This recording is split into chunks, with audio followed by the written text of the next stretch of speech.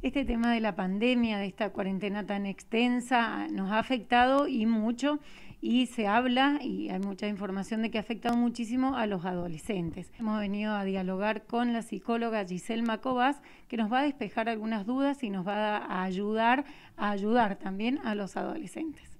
Bueno, ¿qué tal? Buen día, gracias por la invitación inicialmente.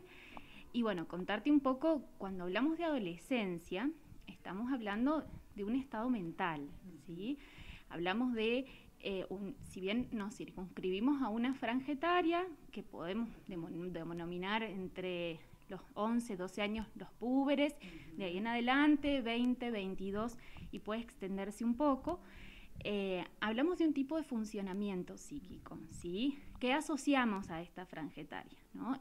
Las características inicialmente de la adolescencia tienen que ver con una serie de sucesos que el chico atraviesa, entre ellos la pérdida del cuerpo infantil, los cambios que son muy abruptos, muy incipientes, notorios también. Es una edad donde hay una elaboración con la identidad sexual y la elección sexual también, las pérdidas de los padres de la infancia, en donde suele ser bastante conflictiva.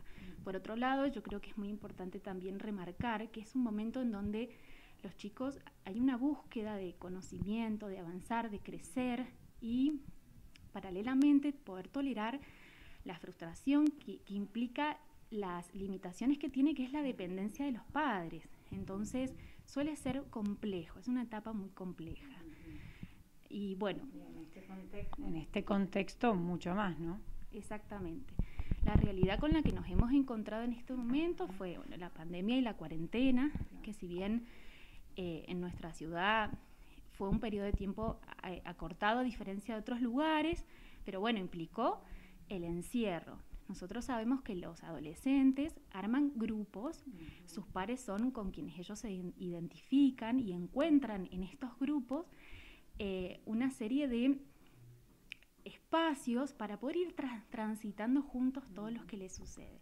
Entonces, vimos que este año escuela no había espacios físicos que compartir, excepto todos los virtuales. Los chicos se vieron inmersos en las casas compartiendo las 24 horas con su familia, cosa que es poco habitual, porque estamos acostumbrados a, bueno, unas vacaciones, un fin de semana, pero pasar 2 o 3 semanas, 4 o más, como las que estuvimos encerrados, toda la familia juntos, fue causal de que se dispararan distintas complejidades. Entonces es importante separar que la adolescencia en sí tiene sus procesos que no son sencillos y son complejos, pero este año se sumó la pandemia y la cuarentena como un factor que dio lugar a la presencia de una serie de síntomas en muchos de los chicos, ¿no? ¿Qué es lo que han detectado? Porque a veces decimos, bueno, es normal que estén en sus habitaciones, que se encierren, que estén con el celular, con las tablets y demás.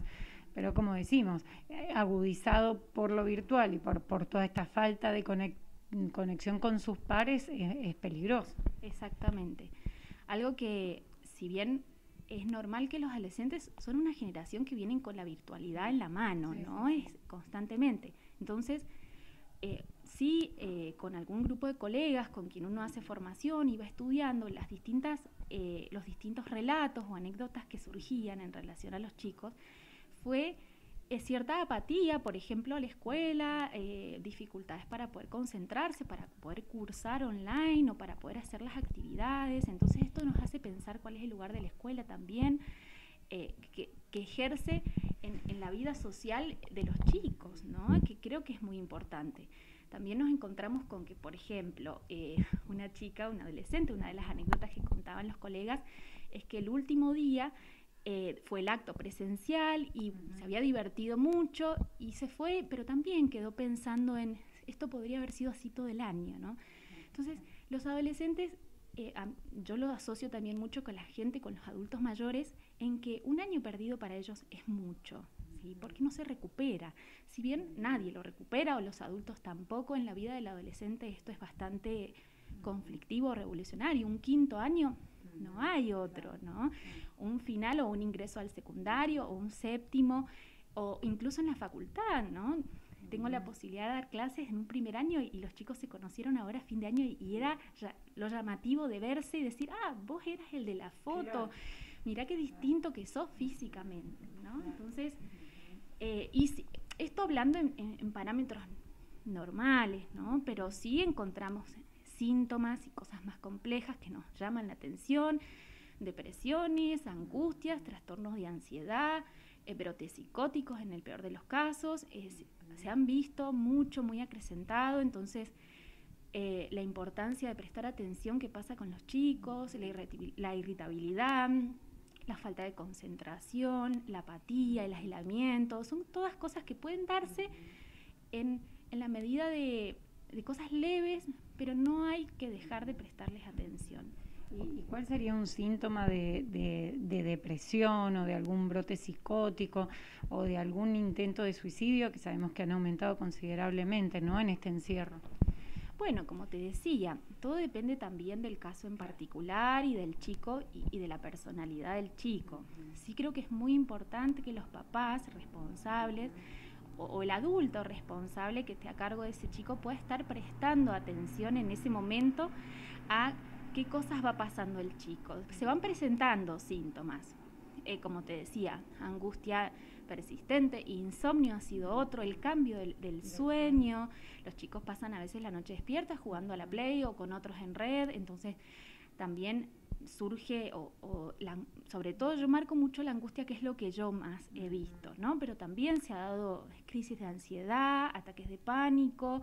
Entonces, obviamente que para llegar a un diagnóstico de depresión, para llegar a un diagnóstico de un brote psicótico, por ejemplo, hay que hacer una evaluación, ¿no? Es para que generalmente un desgano, no sé, baja a almorzar, no tengo ganas, me quiero quedar, conectarte con amigos, no quiero, dejadez por ahí corporal. Exactamente, irritabilidad, baja autoestima,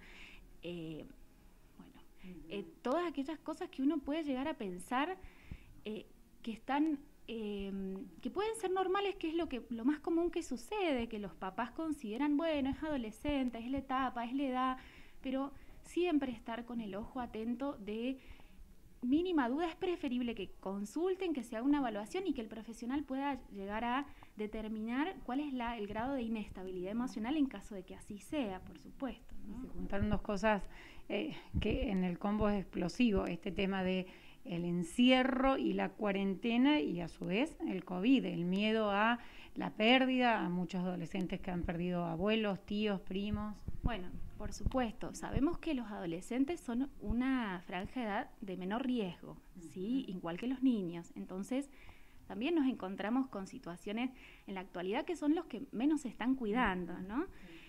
Yo creo que esto tiene que ver con varios factores, ¿no?